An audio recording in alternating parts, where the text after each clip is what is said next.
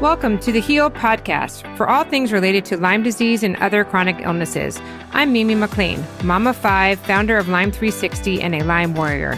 Tune in each week to hear from doctors, health practitioners, and experts to hear about their treatments, struggles, and triumphs to help you on your healing journey. I'm here to heal with you. Hi, welcome back to the Heal Podcast. This is Mimi, and today we have Dr. Tom O'Brien. He's a recognized world expert on gluten and its impact on health. He is the founder of thedoctor.com, which is the and then dr.com, and he is the visionary behind the Gluten Summit, a grain of truth, which is one of the first online summits that brought together 29 of the world's experts on the gluten connection to diseases, disorders, and a wide range of symptoms. He's also creator of the groundbreaking documentary series, Betrayal, the autoimmune disease solution they're not telling you, where he investigated the world's leaders in health into why our immune system designed to protect us begins attacking the tissue. He's also written 2 books. One of them, which was released in 2016, The Autoimmune Fix, outlines the step-by-step development of degenerative diseases and gives us the tools to identify a disease process years before the symptoms are obvious. Dr. O'Brien, thank you so much for coming on today. I really appreciate it. I'm excited to talk to you. I mean, I don't know how much you know about myself. I've been dealing with chronic Lyme, and one thing I have found throughout this whole process has been how pivotal food is, and I have a lot of people that call me and say, okay, I just got diagnosed with Lyme. What do? I don't have the money, or I have to wait 2 months to get into my doctor. And I feel like the first thing I say to them is, you got to clean up your diet, like ASAP. And it took me a long time to realize that. And it's really hard to do, right? And especially if it's not like we have Crohn's, where like you're doubled over and you see the immediate result of gluten. But when you have like a chronic illness, it's kind of like it creeps up on you, So if you cheat for a day or two, the next thing you know, like you're in bed, you're like, oh my God. Right. You cheat a little bit. You say, I don't feel bad. And then I'll have another piece of cake tomorrow. Yeah.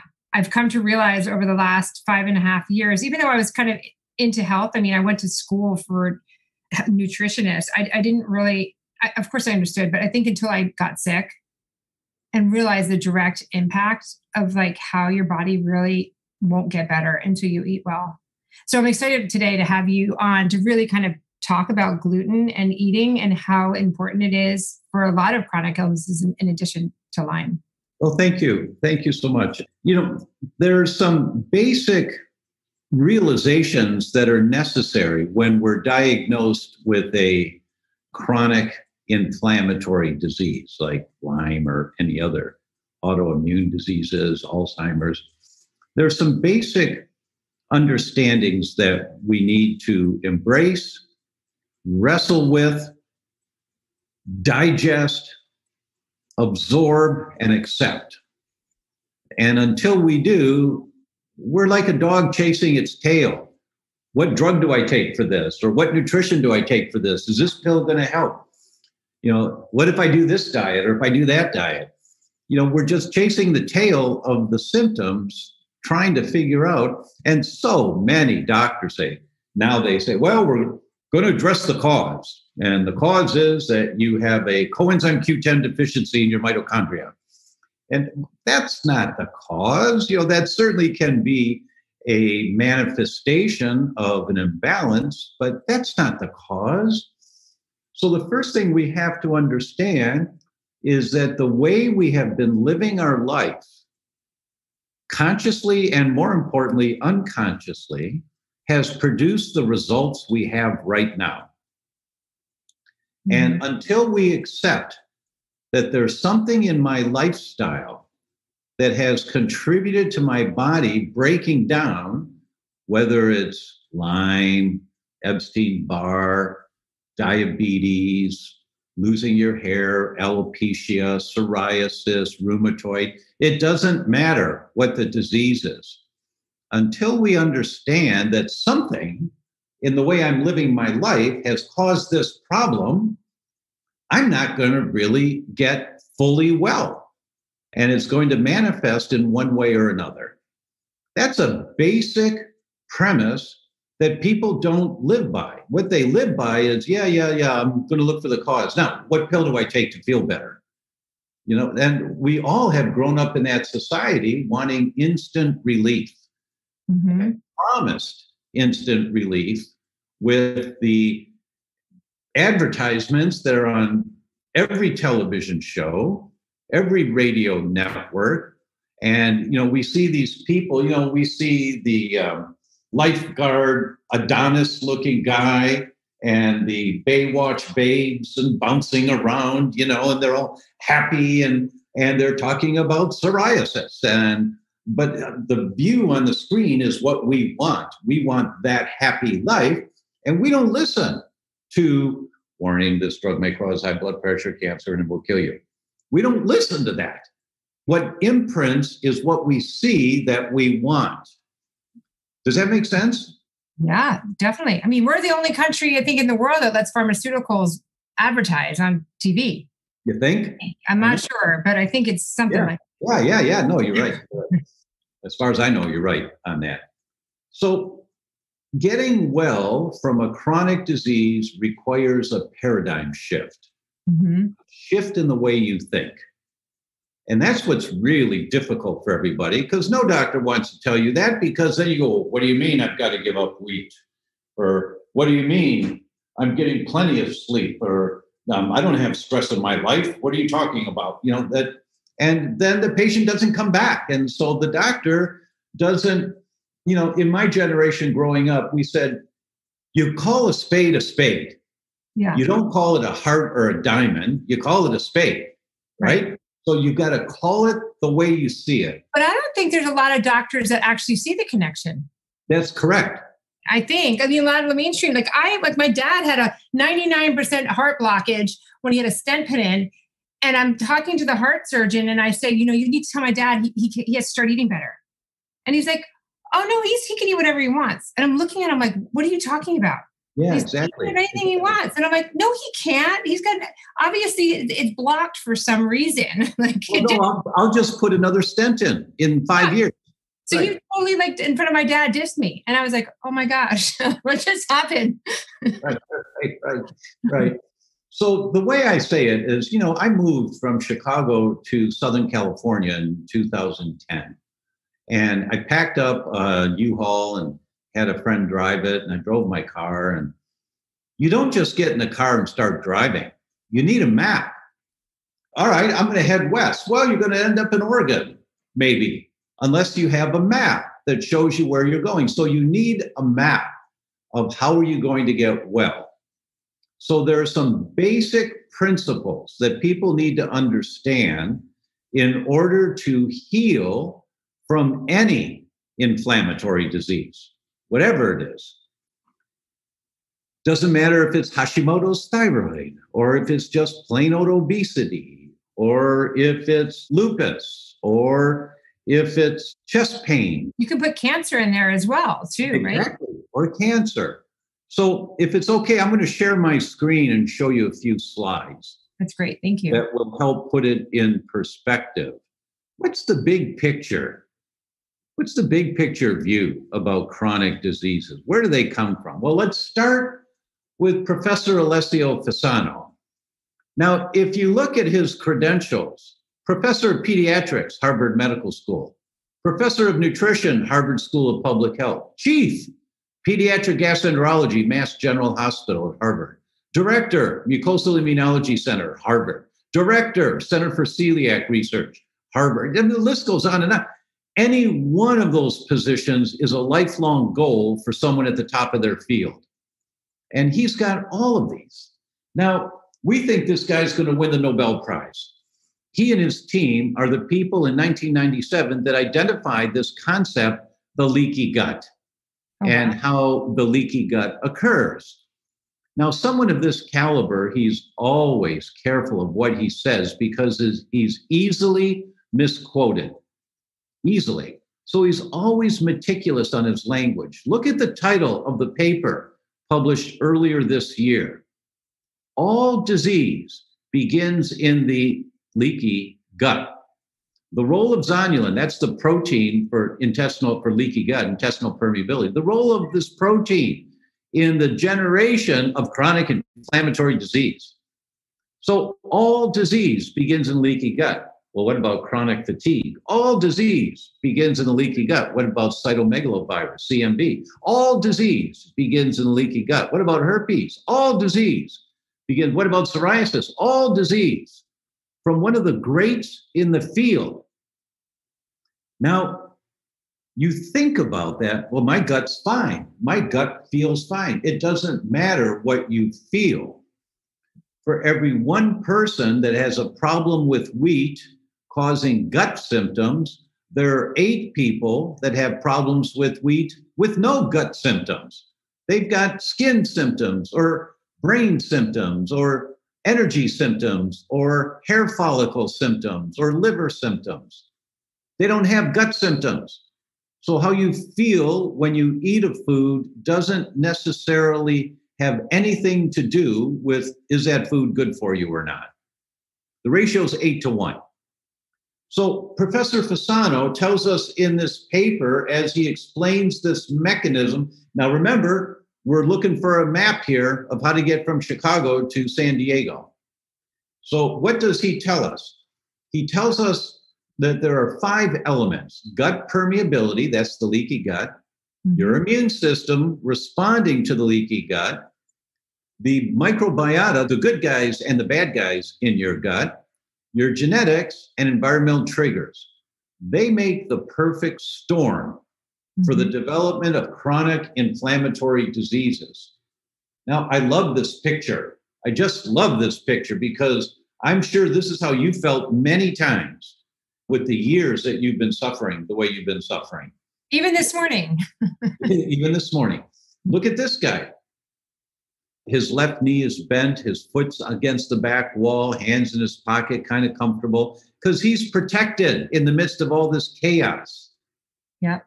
But there's a perfect storm all around him. So you're someone who's highly trained in nutrition, formally trained in nutrition, working your bottom off to get a handle on this disease that you've got.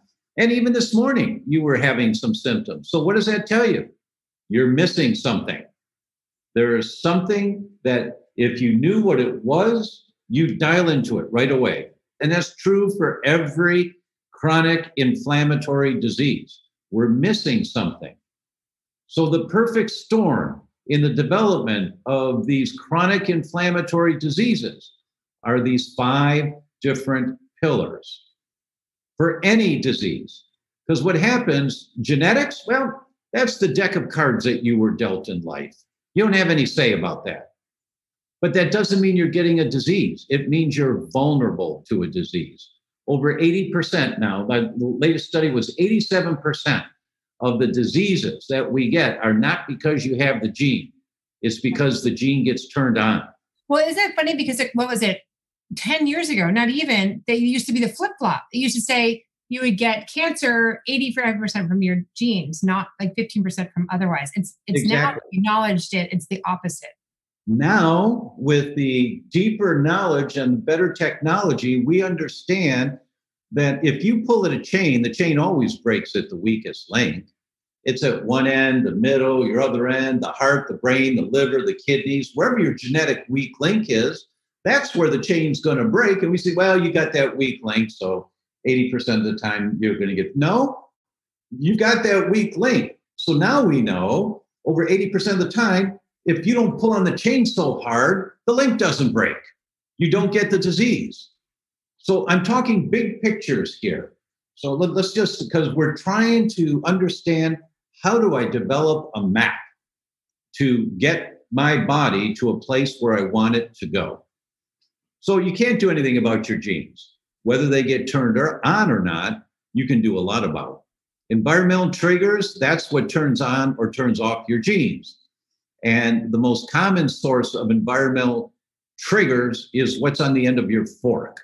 That's the most common. There are many others, but that's the most common. But those environmental triggers, they alter the ratio of the good guys and the bad guys in the gut, called your microbiome.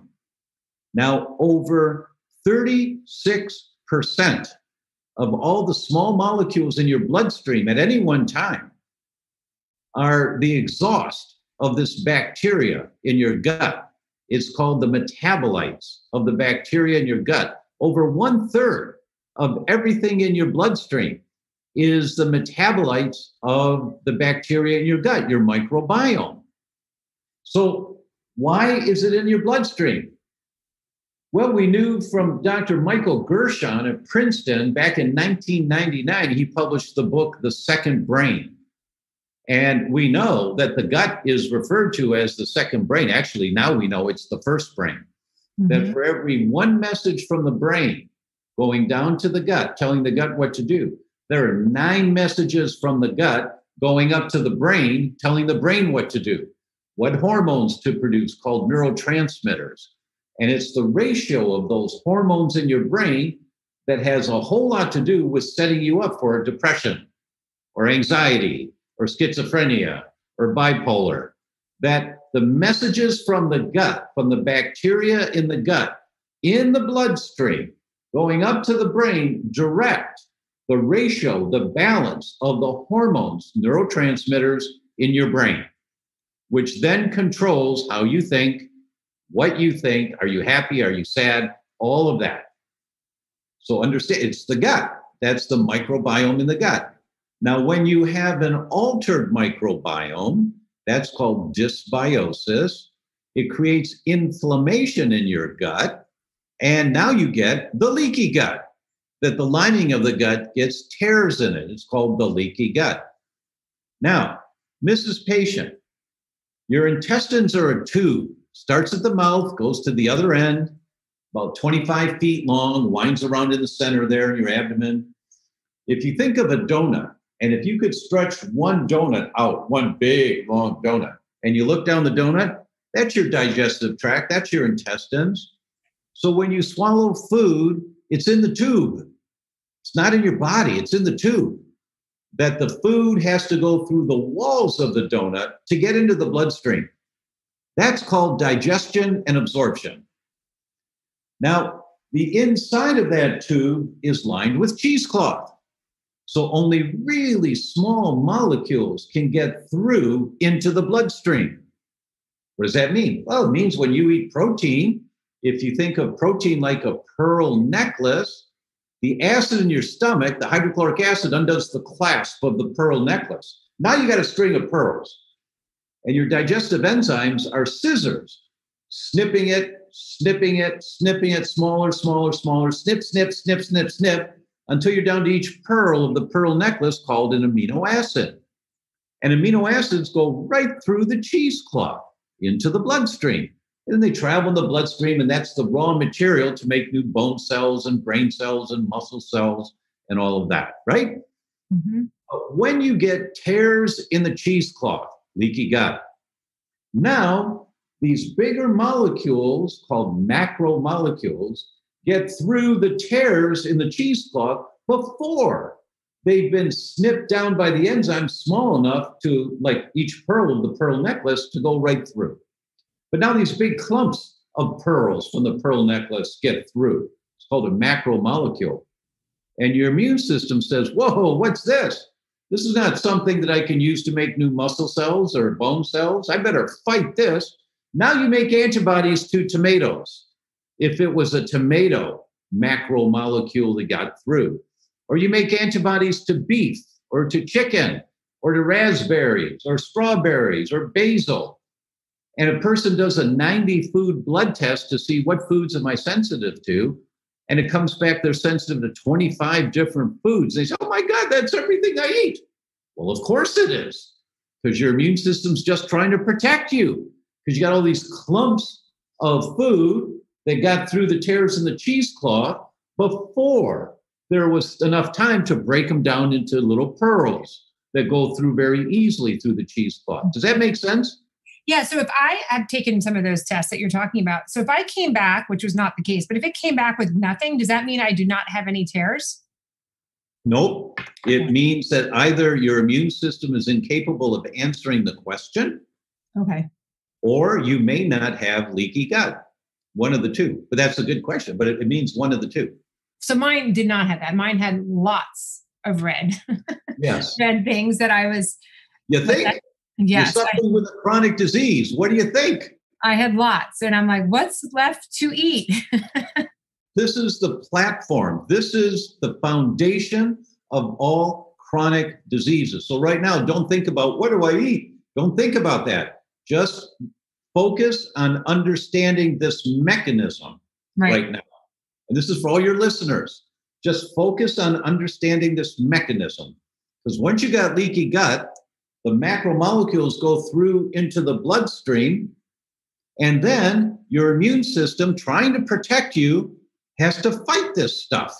Mm-hmm. And this goes on for years and years and years. Now, here's where the problem begins.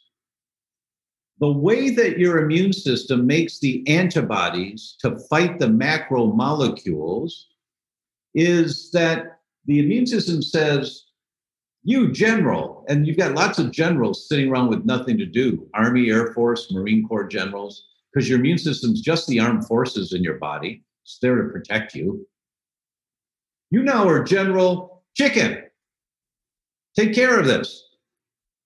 General Chicken builds an assembly line to start making soldiers. These soldiers are trained to go out in the bloodstream and fight chicken. These soldiers are called antibodies. Now, how do they know when they're in the bloodstream to fire their high-powered rifles at chicken? They're special forces, and they're highly trained. They're in the bloodstream looking for orange vests. And the orange vest is an amino acid, a protein signature of chicken. So these soldiers are looking for that protein signature. It's an orange vest. Wherever you see orange vest, fire. And they're going through the bloodstream to destroy this invader. That's a good thing. The problem is that the orange vest, the amino acid signature, let's say I'm going to say it's AABCD. Now it's 30 or 40 amino acids long often, but I'm just going to say AABCD. So the special forces are looking for AABCD. And anywhere they find it, they fire their chemical bullets. Now, the blood goes everywhere. So the blood's going past your thyroid. And the surface of the thyroid facing the bloodstream is made up of proteins and fats. Proteins are made up of amino acids. There are hundreds of amino acids long, but the protein structure of the thyroid facing the bloodstream includes AABCD. So now special forces say, oh, look over there, boom. And they fire their chemical bullet at that cell to destroy the invader. Now you've got a damaged thyroid cell. Now, if you do a blood test to check for thyroid autoimmune disease, you find out that there's a normal reference range for antibodies to your thyroid. And usually, most labs, it's under 42, usually. And there's a normal reference range for antibodies to your brain and to your nerves and to your joints and your skin. Why is there ever normal to have antibodies, special forces, going after your own tissue? Because, Mrs. Patient, you have an entire new body every 7 years. Every cell in your body regenerates, except for your teeth, every other cell. Some cells are really fast, like the inside lining of your guts every 3 days. Some cells are really slow, but every cell regenerates, except your teeth. So how do you rebuild healthy thyroid cells? Well, you got to get rid of the old and damaged cells. And the way you get rid of the old and damaged cells is antibodies get rid of the old and damaged cells to make room for the new cells. That's why there's a normal reference range up to 42. It's normal. Normal reference range for antibodies to your liver, antibodies to your eyes, antibodies to your skin, antibodies to your bones, every tissue in your body. It's normal. Because you got to get rid of the old and damaged cells to make room for the new cells. But when you have elevated antibodies, you're killing off more cells than you're making. When the blood test comes back and says there's an H or it's in red, H stands for high, you're killing off more thyroid cells than you're making right now. That's the spectrum of developing the autoimmune thyroid disease, Hashimoto's. Same thing for MS. the antibodies to myelin, the saran wrap around your nerves. Same thing with rheumatoid, the antibodies to your joints, collagen. There's a normal reference range, but when you're above the reference range, you're killing off more cells than you're making. Okay? So now remember, we're on part 5 here of the 5 pillars. We're talking about the systemic immune response. So your immune system, trying to protect you, is going after the macromolecules that came through the leaky gut, whether it's gluten or chicken or whatever it should be. But the protein signature of those molecules, the orange vest, looks a whole lot like your own tissue. And the result is the mechanism where the antibodies attacking the food start attacking your own tissue is called molecular mimicry. Mm-hmm. Molecular mimicry, very, very common cause in the development of the autoimmune mechanism. Very, very common. January, the first week of January, 1978, my first genetics class. The professor came in one day really excited, had this research paper that was just published by a graduate student named Alan Ebringer in London, King's College London. And he published that if you carry the gene HLA-B27, that's a particular gene, and if you get a bacterial infection called Klebsiella pneumoniae, the number 1 infection in hospitals, Klebsiella pneumoniae, you're at high risk of developing ankylosing spondylitis because of molecular mimicry, meaning when the soldiers attack the bug, Klebsiella, their orange vest looks a whole lot like the tissue of your spine, and they start attacking the spine, and you develop ankylosing spondylitis. This was 1978. It was the first paper on molecular mimicry that I'm aware of. Professor Ebringer devoted his entire career to it, and I interviewed him for our docuseries called Betrayal a couple of years ago. He's retired now, Professor Emeritus, but he published many, many papers about when you fight a bacteria, antibodies fighting the bacteria can cause many different diseases. His main areas of specialty were multiple sclerosis, rheumatoid arthritis, and ankylosing spondylitis. Secondary to a bacterial infection because of molecular mimicry. Same thing is true. So this is the pathway in the development of all chronic inflammatory diseases. Mm-hmm. Is that the environmental triggers you're exposed to activate an immune response, usually altering the microbiome, causing more inflammation in your gut, whether you feel it or not, tearing the cheesecloth, creating leaky gut. Big molecules get into the bloodstream. Your immune system, trying to protect you, fights those molecules, and because of molecular mimicry, here comes MS. Here comes rheumatoid. Your clients or your viewers would really benefit from watching our docuseries. It's called Betrayal, the autoimmune disease solution they're not telling you. And it's free. And it's at our website is thedr.com, thedoctor.com, just don't spell the word doctor out, thedr.com/betrayal. And when you watch this, you see case after case, chronic fatigue, Epstein-Barr, rheumatoid arthritis, infertility, recurrent miscarriages. You see all these different conditions. See, what my wife and I did, we traveled to 7 countries, and I interviewed the world experts who wrote these research papers, like Professor Ebringer. We went to Israel, and Germany, and Portugal, and England. And we just interviewed all these people. Then we interviewed doctors who were applying the concepts of these practitioners in their practice. And we asked the doctors to bring in a few cases of people who were compliant with their recommendations. And then we interviewed the patient who reversed their chronic fatigue, reversed their Epstein-Barr, reversed their MS. I'll never forget the woman in London, about 44, and she said, I took the tube to come here today. That's the underground train. I took the tube to come here, and the station's about 7 blocks away, and I walked from the station here to the hotel. She said, it's not a big deal. It's a beautiful day. But then she got teary-eyed and she said, but it is. And then we show you the pictures of her 2 years ago in a wheelchair with 7 lesions on her brain on the MRIs. And here she is today, no symptoms, 2 lesions left on her brain, reversing the lesions on the brain by changing her diet and changing her lifestyle. Crazy. So did all those doctors have the same recommendations? No, but they have the same platform. Mm-hmm. You have to identify what's the trigger for this person. Let me give you an example. Chicago, 2015, this paper was published, 346 pregnant women. In the 8th month of pregnancy, they collected the urine and they measured it for phthalates. Phthalates are chemicals that mold plastic. Mm-hmm. And they only checked 5 phthalates. There are hundreds, but they only checked 5. One of them was BPA, the one that most people have heard of. It's in water bottles and things.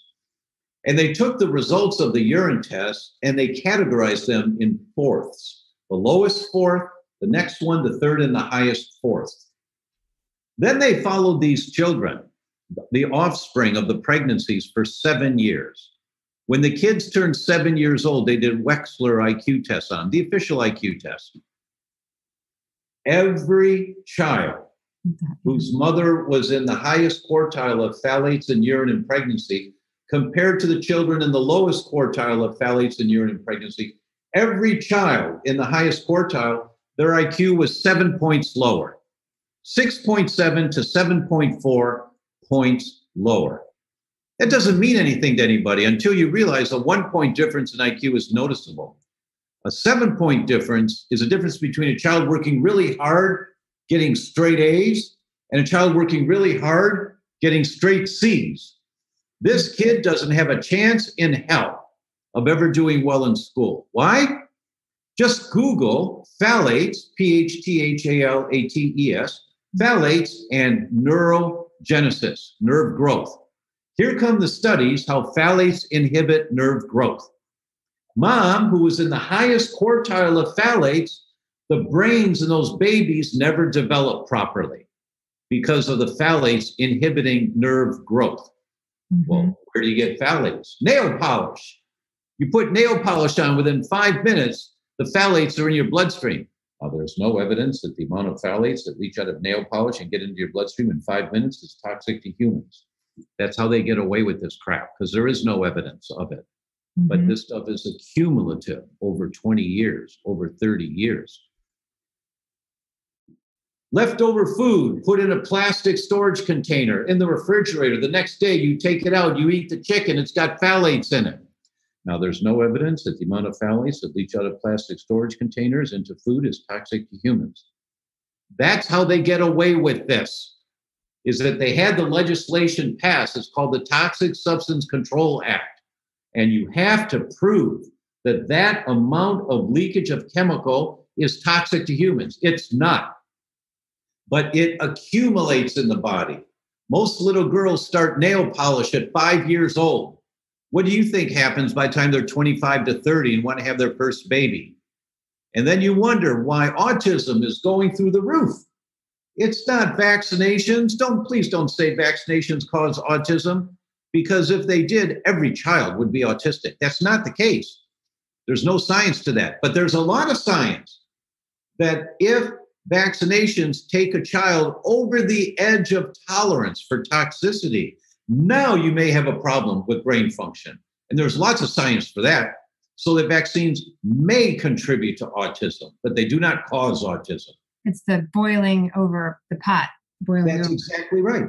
It's the accumulative. You ever look towards the window, in your office or your study, and the sun's coming in through a particular angle, you can see the dust in the air a little bit. Mm-hmm. That's what you're breathing. Yeah. All of that. Well, what is that? The plastic blinds on the window outgas phthalates into the air 24/7. Well, there's no evidence that the amount of phthalates that leach out of plastic blinds is toxic to humans. The formaldehyde on the chessboard cabinets in the kitchen or in the bathroom, if they're not solid wood, outgasses into the air 24/7. Now, there's no evidence that the levels of formaldehyde that outgassed out of pressboard furniture is toxic to humans. The Scotch Guard on your sofa that is outgassing into the air. Now, there's no evidence that the amount of Scotch Guard chemicals that are outgassing out of your sofa is toxic to humans. The sheets and the blankets that you sleep under that are soaked in flame retardant chemicals. There's no evidence that the amount of flame retardant chemicals that outgas out of your sheets, even after 30 washings, is toxic to humans. That's how they get away with this. Never before in history have humans had to deal with this, ever. We don't have any mechanisms to deal with the amount of environmental toxins. And the Journal of Pediatrics tells us it's 247 pounds of chemicals per person per day in the US that are manufactured or imported into the US. 5 50-pound bags per day. Mm-hmm. You wonder why your energy level, why your vitality level is so compromised. Many of these toxins go deep, deep into your cells. And it's called the nucleus of the cell. So people have elevated anti-nuclear antibodies, right. A&A antibodies, because your immune system's trying to protect you, is trying to get this crap out of there that's in there. It's huge. And what's scary is that the government, like I know this because I'm in the beauty industry, the last law that was passed was like 1928. The entire personal care industry is not regulated. All these chemicals that are being put in your products are not tested for safety. That's crazy. That is a high five to the lobbyists for the cosmetics industry. Mm-hmm. They pay millions and millions of dollars to make sure they don't have to list what's in cosmetics. Now, you're in the cosmetics industry. What do you mean you're in the cosmetics industry? Well, we just invested in a company that is trying to get clean products out there. They're safer. Great, but what's your work history? What's my work history? Yeah. I just invested in the company. Okay, so you've not been a beautician or anyone that's no. exposed to all of these chemicals. No. Okay, so you're like the masses out there that we're just exposed to these chemicals in our home 24/7 every day. Indoor air, if you read the science, indoor air pollution is much worse than outdoor air pollution in most areas of the country. Mm-hmm. So what we're all breathing, everybody needs air filtration systems. You go to my website, you can just see all this. We got handouts up the wazoo. We've got a recommendation list of what's the best air filtration system out there, what's the best water filtration system. NASA published a study. They showed that 2 6-inch houseplants in a 10 by 10 room, just 2 6-inch houseplants absorb over 70% of the toxic chemicals in the air. Does it really? Wow. I know. It's like, what? Well, I don't do well with houseplants, so they die. Buy some more. I know. I need to go get some. Right. They're inexpensive, and they're going to suck up the toxins in the air, and they produce more oxygen in the air. So I have a question. Assume I have leaky gut, or anybody has leaky gut, and you want to reduce your toxic load. What else? Like, is it about also taking away any of the foods that you're kind of... I understand the question. Let's move forward to the next slide. Oh, you have a different slide for that. Okay, good. Oh my goodness, yes. So these are the 3 in the middle that we've got complete control over. Now understand, it's going to take you 6 months to a year to get control over your environment. You don't do it in a day. No. It's going to take 6 months to a year. I've been doing it for 10 years. I keep finding different things. I still haven't figured out the EMF. I haven't even figured out the EMF thing. I'm trying. I really like this computer is like logged into the wall, but there's so many other things that you can be doing. Let me ask, what was it that you just took a sip of? I know. I never have one of these. I know you're going to ask this ever because I'm actually not supposed to have seltzer, but it's a Waterloo and I know it's terrible, but I literally been going back to back and I haven't had lunch. So I just grabbed one of these because I'm dying, but I know I'm not supposed to have that. Well, those cans are lined with bisphenol A. Yes, with this stuff that you were just talking about. So what does this mean? This means that even our experts, sometimes you can't be your own doctor, right? So I know, it's terrible. You need to have some counseling on how do you set yourself up so that when you're going back to back and you don't have time for lunch, you've got things there that are safe for you. I know. I have my water here too, but the other one was cold and refreshing. So I understand, but this is a great example, excuse me, but you're modeling for all of your viewers here what they're all up against. You can't be drinking that crap ever, ever, but you don't know what to do instead of it. And so we make kind of rationalizations. We're trying it. I don't mean to jump on you, but it's a great opportunity. I'm glad you are. Yeah. Yeah. Forget the can. I'm not supposed to be having club soda either. So it's a double whammy. And the natural fillers. Let's just keep going on with this one. The natural, that's why I know it's so bad, right? Because I haven't had soda in 25 years, like since high school. This is my soda. Like this is my treat, which is a club soda, which is crazy. But also it's the natural flavors, which are terrible for you. Let me give you a better natural treat. Yeah. Early on in March or April, our government came out and said hydroxychloroquine was a drug to use. And then said, well, maybe it's not, or it helps sometimes, not other times. Why were they saying that? Back in the 1800s, the British soldiers in India were at high risk of getting malaria. So there was a product from the fever tree, the cinchona tree, also called the fever tree, the bark of it that has an ingredient in it called quinine that reduces fever and protects you from malaria. So the soldiers were given quinine, but that stuff tastes so bitter. I mean, it's bad news that they mixed it with a little fruit juice water and a little bit of sugar. That's where the song came from. Just a little bit of sugar helps the medicine go down. That's where it came from. And they formed this tonic of this water and fruit juice and sugar and put the bitters in there. That was tonic water. And they got permission from their officers to add a teaspoon of gin. That was the birth of the gin and tonic. Yeah. That's where it came from. So I read that. I read the studies on all of that. And I said, whoa, quinine. I never thought about quinine. Why is quinine good for you? Well, we know there's lots of science behind when you're exposed to this virus, the only way that it can shed, it doesn't really reproduce, it sheds. But it sheds inside your cell. It has to get inside the cell to shed. If it's in the bloodstream, it doesn't shed very much. Those are the people that find out they're positive for antibodies, but they never got sick. They never knew they were exposed because it didn't develop in them. Their immune system did exactly what it was supposed to do right away. But if the virus gets inside your cell, that's when it sheds.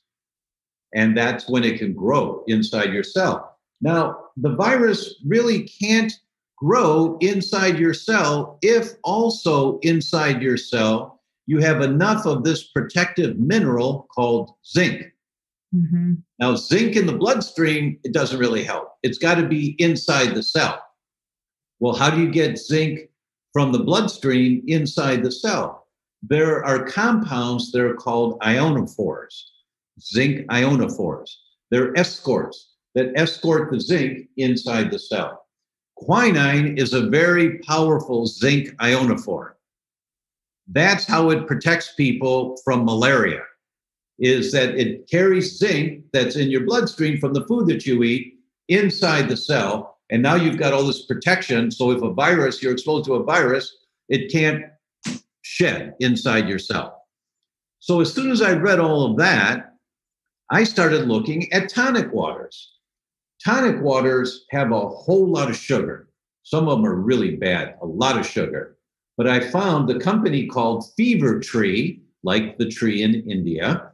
The Fever Tree company has 5 tonic waters, different flavors. One of them is called India Light, and it's only got 3 grams of sugar. So what my wife and I do every day is we split a small bottle of tonic water. So I get 1.5 grams of sugar, which is just about nothing. And we fill it with ice and a slice of lime, organic lime, and then fill it up with water. And that's what we drink 2-3 times a day, because it's just a zinc ionophore that's going to escort zinc inside your cell to protect you from this virus, and it tastes pretty good. So when you need something, instead of club soda, you can do a tonic water with a slice of lime, diluted 50-50 with water, and do the India Light, so it's low in sugar, and you've got a great beverage that you can sip on. And what was the brand again? Fever Tree. Fever Tree. Okay. Now, you have to be careful because some of the popular commercial tonic waters don't even have quinine in them. They have chemicals that reproduce the taste. So just read the label. If it says quinine, that's it. But usually there's so much sugar in them that you don't want to do that, right? But that's just an example. There is so much to learn. It's going to take a year. It'll take a year to learn. So where do you find that information? On your website? Read my books. My 2 books are all about this. My most recent book is called You Can Fix Your Brain. Just 1 hour a week to the best memory, productivity, and sleep you've ever had. And that's not a cutesy subtitle. That's the only way to be successful, because I'm overwhelming you here. I know that I am. That's my style. But I hope that I trigger you to want to learn more. And you allocate 1 hour a week, every Tuesday night after dinner, whenever it is, every Sunday morning after services, whenever it is. But 1 hour every week. I'm just going to learn a little bit more. And in 6 months, you're using glass storage containers in the kitchen. The Tupperware is out in the garage. Your husband uses it for nails. You've found organic nail polish. You've got an air filtration system. You've got these beautiful plants in every room of your house. You know, all these little things that every time I autograph a book, it's the same. I always put the same thing. I ask the person's name, and then I write their name, and I say, base hits win the ball game. It's all the little things you do, because you have a chronic disease that's immobilizing, and you're doing well with it. You're functioning well, but you know you're not where you want to be. That means you have to change your paradigm. You have to change the way you think, not keep looking for another cure. That this platform, these 5 pillars, this is the paradigm by which, and it's going to take you a year to learn all the environmental triggers. Do you know how toxic dishwashers are? Because they're not airtight, and the dishwashing soap you put in there with that hot liquid creates this steam that's out in the air. You're breathing those toxic chemicals. Do you know every time you pump gas and you smell the gas, you're smelling benzene, which goes right up to your brain, killing brain cells right away? Well, I don't feel bad that's because it's not killing off a third of your brain. But give me 20, 30 years of smelling a little benzene once a week. Now you got some damage that's accumulated. Right. So there's all these little things that you have to learn. You get the book, You Can Fix Your Brain. And this other book is called The Autoimmune Fix. The Autoimmune Fix won a National Book Award. I'm so proud of that. Actually, but just because it's such a good book. I mean, you go, holy cow, you learn so much in these books. But it's 1 hour a week. And I give you the URLs for organic nail polish, the URLs for glass storage containers, for air filtration systems, water filtration systems, all this stuff. You know, organic linen for your bed sheets. It takes time to do all this stuff. But it's the only way to stop the onslaught that this picture is showing you. 247 pounds of chemicals per person per day are being manufactured or imported into the U.S. Where do you start in reducing the environmental triggers? Let's go back to Professor Fasano. And what does Professor Fasano tell us about leaky gut? The 2 most powerful triggers for leaky gut are the bacteria exhaust in your gut from bad bacteria. It's called lipopolysaccharides, and gluten. They're the 2 most powerful triggers to cause leaky gut. Now, I'm going to stay on this for a minute. This is Dr. Maureen Leonard, also at Harvard. And she did a review of many different studies. I think it was 64 studies about gluten and leaky gut. And this is the summary she came to. Previous studies have shown that gluten in wheat causes immediate and transient increase in gut permeability. This process takes place in all individuals who ingest gluten. This is from Harvard. Now, what does that mean? It means anyone who's listening to this. This is you, unless a dog's listening to this and you're not human. In that case, it doesn't relate to you. But for everyone else, this relates to you. This process takes place in all. Well, I feel fine when I eat wheat. The ratio is 8-1. It doesn't matter how you feel. Doesn't matter at all. You have to test. You have to test to see. Now, como bien questo, why is this happening? The most common trigger is wheat. That's the most common one. And what's going on in your gut. So we teach all of our patients, I teach all of our doctors, how do you rebuild a healthy microbiome?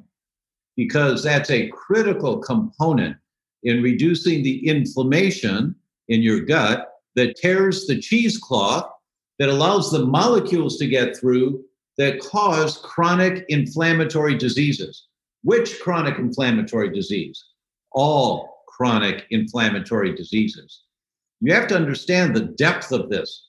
This is why we think he'll win the Nobel Prize, because this is what disease is not a chronic inflammatory disease. There is none.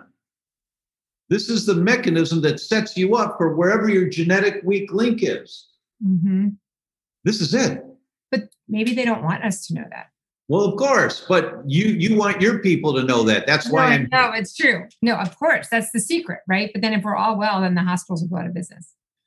Unfortunately, there's a business side to this, and that's big business. I have some friends who developed some formulas that were really great, herbal formulas to fight cancer. They were very successful, and they sold it. They were on the research department of a major university, and the university sold it to a large pharmaceutical company for $9 million, and they buried it. They never brought it up. Because they make much more profit with what they have as opposed to that. But I'm not going to go there with any more of that. So that's the concept. The concept is you need a map to get from Chicago to San Diego. What's the map? The map is the 5 pillars. And all along the way, there's going to be detours. There's going to be construction. You got to go off your path a little bit. You're going to have to make a little U-turn here. That's going to happen with chronic inflammatory diseases. There's no pill that's going to fix this, especially for you, our host, because you've been dealing with this for years. And you've gone down the checklist of everything that you've learned so far, which allows you to function at the level that you do, but you're not satisfied yet with where you're at. Mm-hmm, mm-hmm. So typically, I know each individual is very different, but typically when they come and they say, when they have, leaky gut, it's obviously changing their diet specific to them, right? It's just by changing your diet and reducing the toxins enough to repair the cheesecloth, or is there other things that are specific to everybody? Oh, there's a lot to do. It's a multi-step process. It's my books. It's all outlined in the books, but there's no cookbook. Right. Do you think the gluten today is what's causing it because it's GMO, or is that nothing to do with it? You have sentries just inside the first part of the intestine standing guard that if anything comes out of the stomach that shouldn't be there, the sentries activate the inflammation right away. They're called toll-like receptor 4. Toll-like receptor 4, see, because you have the same body as your ancestor thousands of years ago, the same kidney, gallbladder, heart, lungs, liver, everything's the same. That if our ancestors ate something that was really bad for them, if the acid in the stomach didn't kill it, toll-like receptor 4 was right there of anything coming out of the stomach into the small intestine to say, wait a minute, let's get some inflammation in here to kill this thing. Toll-like receptor 4 is your protection against bugs, bacteria, bugs. So gluten is misinterpreted by your toll-like receptors as a harmful component of a microorganism.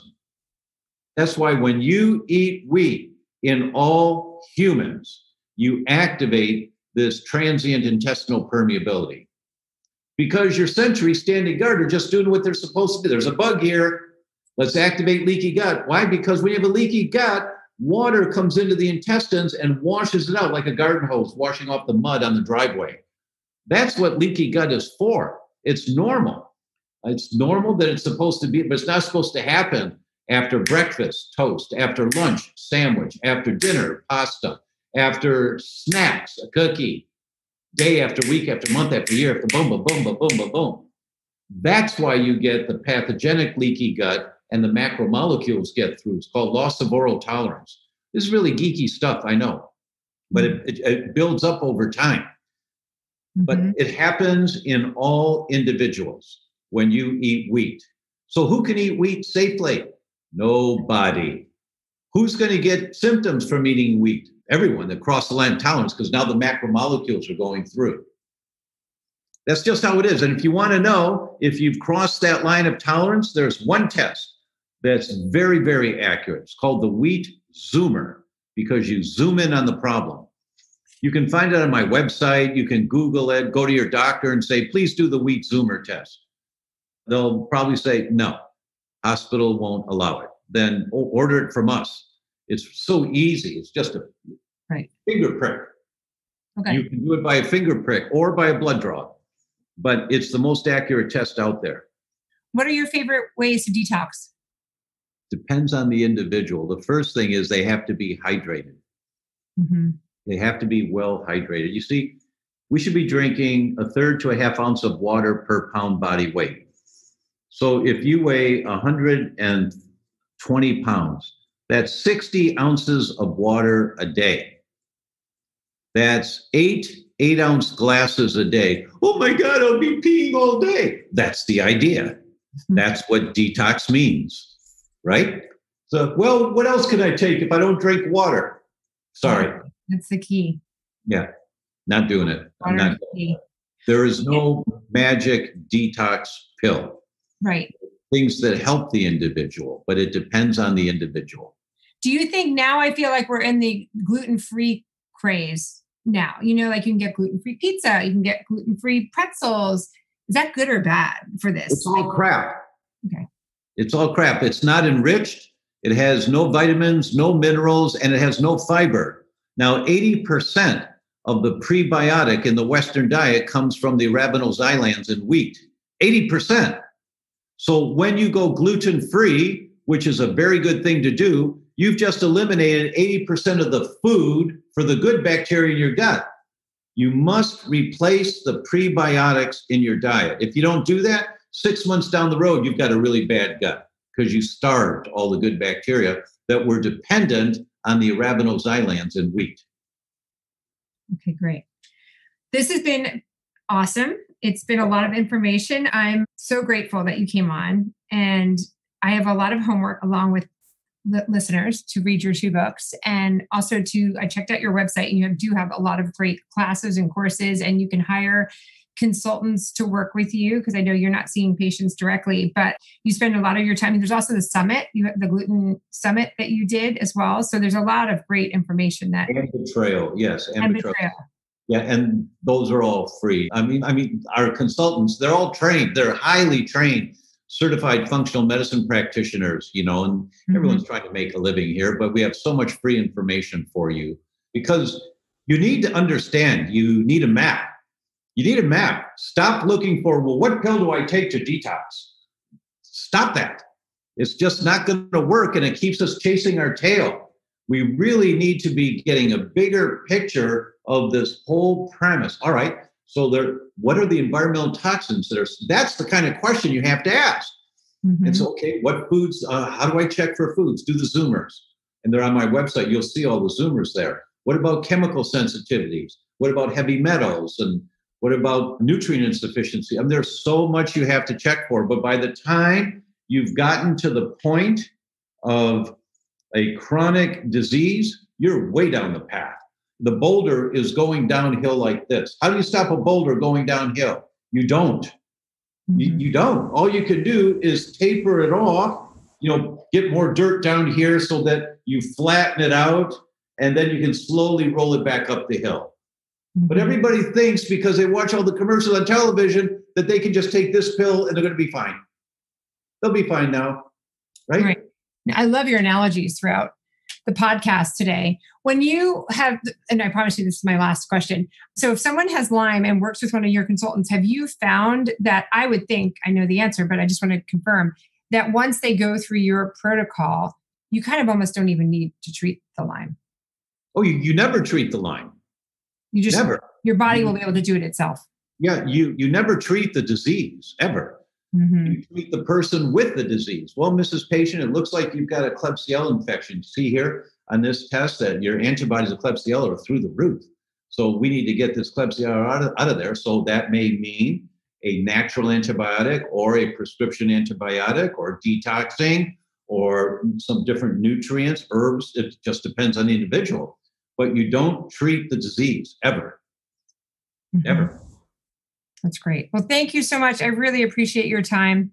You're welcome, Mimi. Thank you so much for the opportunity.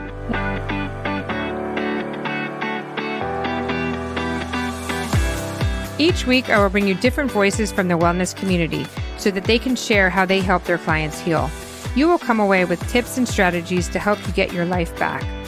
Thank you so much for coming on, and I'm so happy you are here. Subscribe now and tune in next week. You can also join our community at Lyme 360 Warriors on Facebook, and let's heal together. Thank you.